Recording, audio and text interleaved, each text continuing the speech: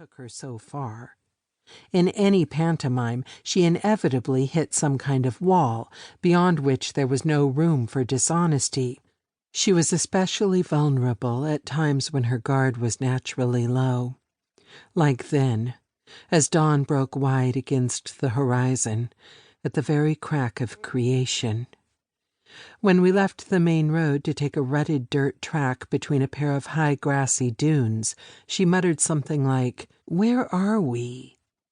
Innocent enough. Reasonable? Certainly. Perhaps her tone was slightly too sharp.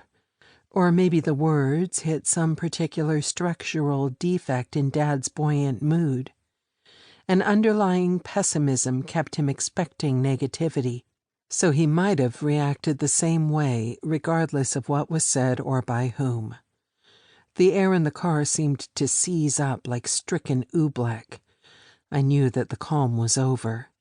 Time for the storm. I was in the back seat on the driver's side. In the rear-view mirror, I could see Dad's mild smile wrench into a deep frown. From the top of his plaid flannel collar, a line of sunrise red crept up the nape of his neck. He bounced his palm off the top of the steering wheel before replying.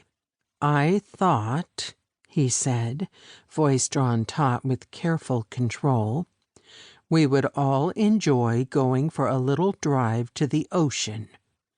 On the radio, DNTO signed off, thanking its producers and contributors.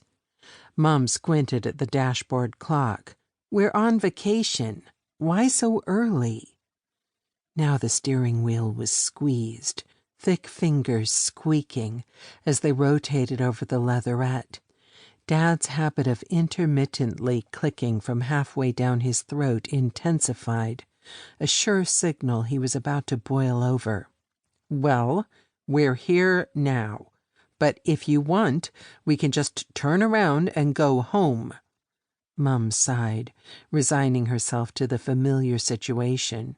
We passed a sign that told us we were now entering Porto Cove Provincial Park, and that swimming in the ocean was forbidden here. Barely glimpsed small print specified acidification, plastic pollution, and hordes of Humboldt squid as reasons to stay out of the water. As I breathed relief that I wasn't the one who had set Dad off this time, I wondered if the squid mentioned were the ones that had developed venom sacs filled with liquefied PVC. "Don't be like that," Mum said. "It's a bad example for the children." "No," I begged silently. "Don't drag me into this." I watched Dad's eyes flash up in the rear view, their distinct blue hue gone hard and icy, and felt a pang of sorrow. As much as I was in for self-preservation, I felt bad for him. It's hard for a kid to see a parent unhappy, and my father was rarely happy.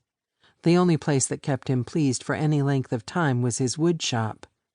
For him, the meticulous tuning of tools, the cleaning and maintaining of machines, were akin to raking a Zen garden.